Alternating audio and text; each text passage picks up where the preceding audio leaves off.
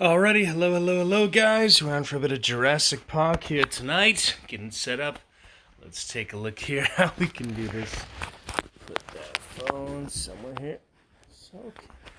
Let's put it right there.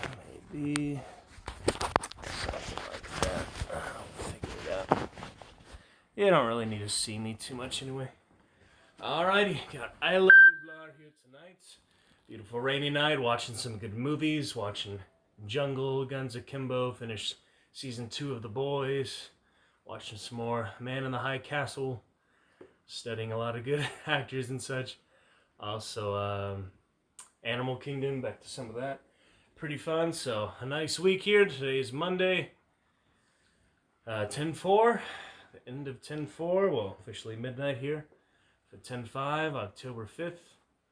Coming into our Monday night magnificence. Here we are, nice time, beach house for the week.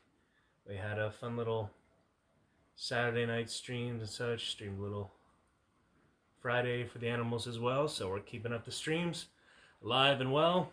Gonna enjoy the rest of the week, go to the beach and other places, maybe do little streams here and there, and we'll keep it up here in the evening as well at the home. So, be midnight on 10/5. Gonna be reading a good Jurassic Park chapter for you guys here.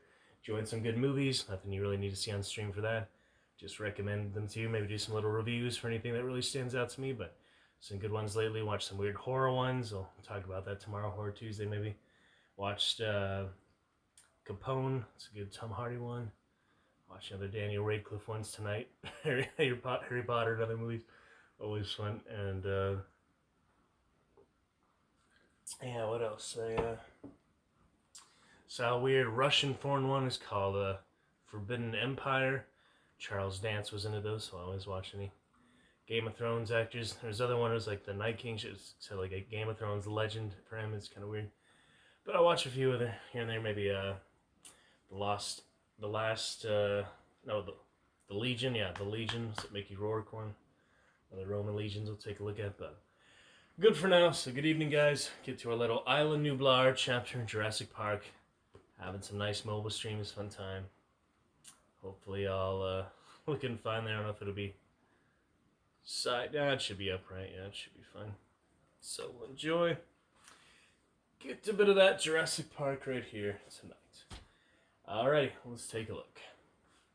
We left off. Oh yes, Malcolm said, totally confident. He sat back in the chair. There is a problem with that island. It is an accident waiting to happen. But I'm also watching Jungle movie here. I don't think there's any dinosaurs in it, but it's pretty fitting for Jurassic Park. Here we go, Isla Nublar. Enjoy, guys. Good to see you. Keep it up this good week. Shall be back to it. Regular streams this weekend. Make it for fun Friday evening and sub Saturday, looks like. We'll get back to that, but now we have a whole full week. Fun mobile streams in the meantime. Some good variety. Keep it up. A good community on Dragon Knights, Targaryen Dynasty. Here in the Dragon's Juice. Hope to see you there. Alright, that's off there. Now it's on to Isla Nublar.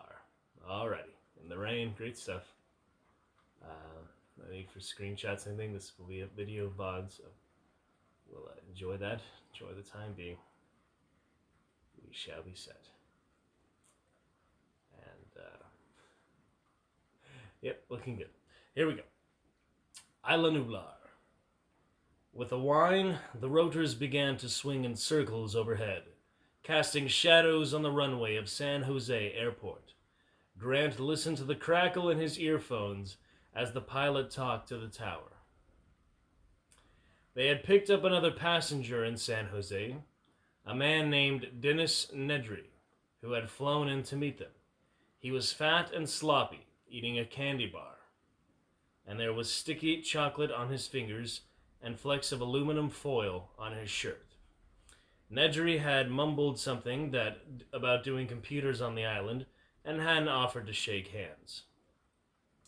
Through the plexi bubble, Grant watched the airport concrete drop away beneath his feet, and he saw the shadow of the helicopter racing along as they went west towards the mountains.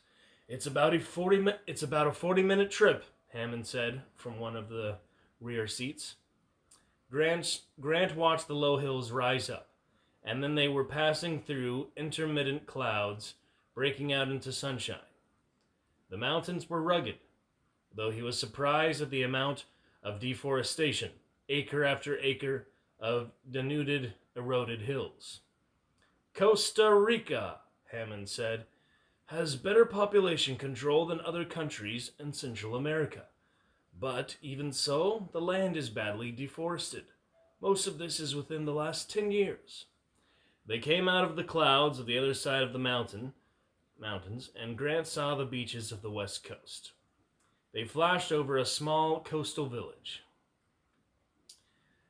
Bahia Anasco, the pilot said. Fishing village. He pointed north. Up the coast there you see the Cabo Blanco Preserve.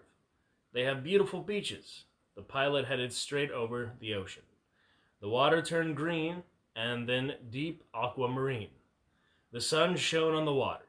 It was about 10 in the morning. Just a few minutes now, Hammond said, and we should be seeing Isla Nublar. Isla Nublar, Hammond explained, was not a true island. Rather, it was a seamount, a volcanic upthrusting of rock from the ocean floor. Its volcanic origins can be seen all over the island, Hammond said. There are steam vents in many places, and the ground is often hot underfoot. Because of this, and also because of prevailing currents, Isla Nublar lies in a foggy area. As we get there, you will see. Ah, there we are. The helicopter rushed forward, low to the water. Ahead, Grant saw an island, rugged and craggy, rising sharply from the ocean. Christ, it looks like Alcatraz, Malcolm said. Its forested slopes were wreathed in fog, giving the island a mysterious appearance. Much larger, of course, Hammond said. 8 miles long and 3 miles wide at the widest point. In total, some 22 square miles, making it the largest private animal preserve in North America. The helicopter began to climb and headed toward the north end of the island. Grant was trying to see through the dense fog. It's not usually this thick, Hammond said. He sounded worried. At the north end of the island, the hills were highest, rising more than 2,000 feet above the ocean. The top of the hills were in fog, but Grant saw rugged cliffs and crashing ocean below. The helicopter climbed above the hills. Unfortunately, Hammond said, we have to land on the island. I don't like to do it because it disturbs the animals, and it's sometimes a bit thrilling. Make sure you guys are okay here. Still on the Wi-Fi. Says poor connection warning, but should be fine. I'm hoping so. It's hard to tell for sure, but believe it's alright. If not, we'll read it again, but I wouldn't know what the problem is, so hopefully I'll find. Okay.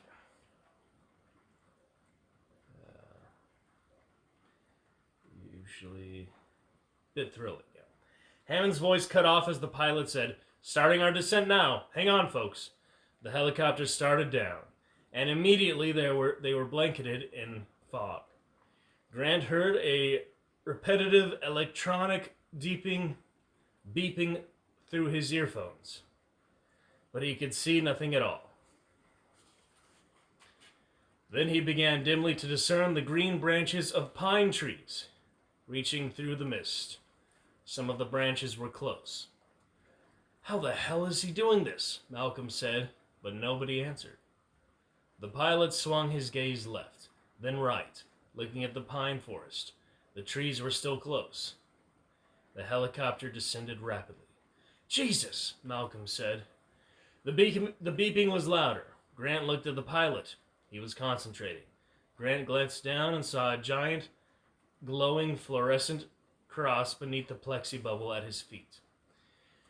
There were flashing lights at the corners of the cross. The pilot corrected slightly and touched down on a helipad. The sound of the rotors faded and died. Grant sighed and released his seatbelt. We have to come down fast that way, Hammond said, because of the wind shear. There is often bad wind shear on this peak and, well, we're safe. Someone was running up to the helicopter, a man with a baseball cap and red hair. He threw open the door and said cheerfully, "Hi, I'm Ed Regis. Welcome to Isla Nublar, everybody, and watch your step, please." A narrow path wound down the hill. The air was chilly and damp. As they moved lower, the mist around them thinned, and Grant could see the landscape better. It looked, he thought, rather like the Pacific Northwest, the Olympic Peninsula. "That's right," Regis said.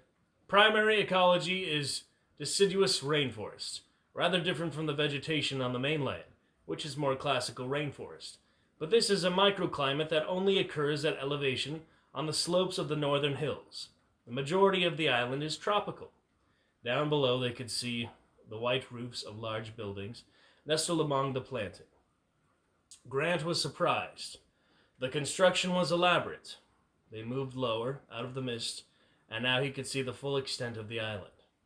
Stretching away to the south, as Regis had said, it was mostly covered in tropical forest. To the south